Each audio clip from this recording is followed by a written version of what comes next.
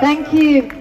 Hello, everyone. So we, UCU, are so very glad to be here today. We are almost not going to be here, and our members demanded that this day was called so that we could join all the other unions on strike, so that all of us together can send a message of unity and strength to our employers and to our governments.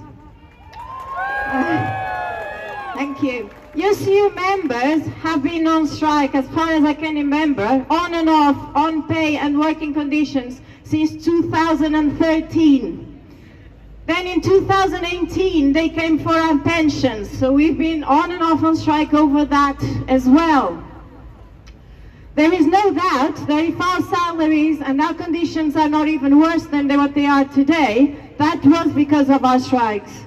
And there's no doubt that if we still have any pensions left, that's also because of our strikes. And that's why our pickets are still so strong. But it's also true that it has been a long time fighting for not that much gain. So some of us might start wondering, because fighting for what is rightly ours is demanding, it's exhausting.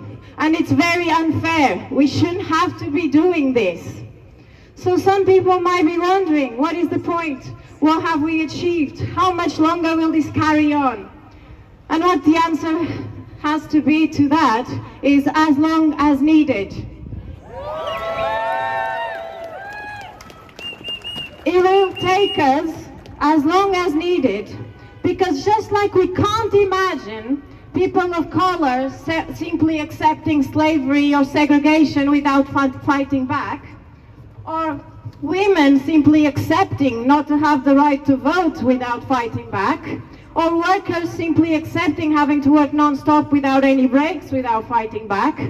It is also that we can also imagine workers accepting less and less and less pay while we can see the money piling in the pockets of a privileged few. We just cannot accept it. We can't go on like this. Thank you.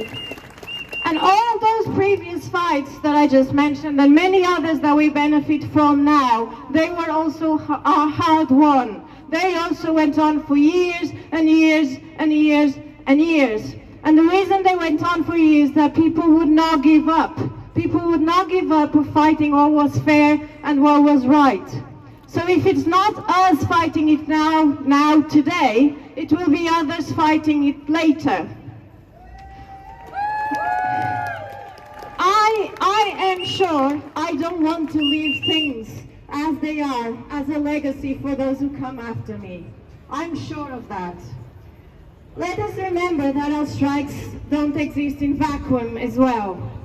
Many of us here will recognize an iconic catchphrase popularized by the 70s film All President's Men. You know the phrase? Follow the money.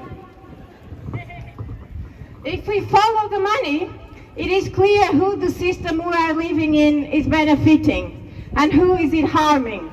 It is a simple exercise that can be done across the board. We can see who owns our media, who funds the different political parties' campaigns, what contracts are offered to each company by whom, who is benefiting from war, or from the cost of living crisis, or from ignoring the climate catastrophe. Who is benefiting and who is not. All these fights for a peaceful, sustainable, fair and more humane society, they are ours too. Because only when we have a fair and humane society, we'll have fair and humane workplaces. So the more people sit on the fence about all these issues, the longer all these fights will drag on, and the more will hurt those already affected and those who will inherit our society. And we should all want to be counted among those who did not leave it to others to fight for what is right. So we can't give up until we win. We must fight now for our present and for the future. Thank you.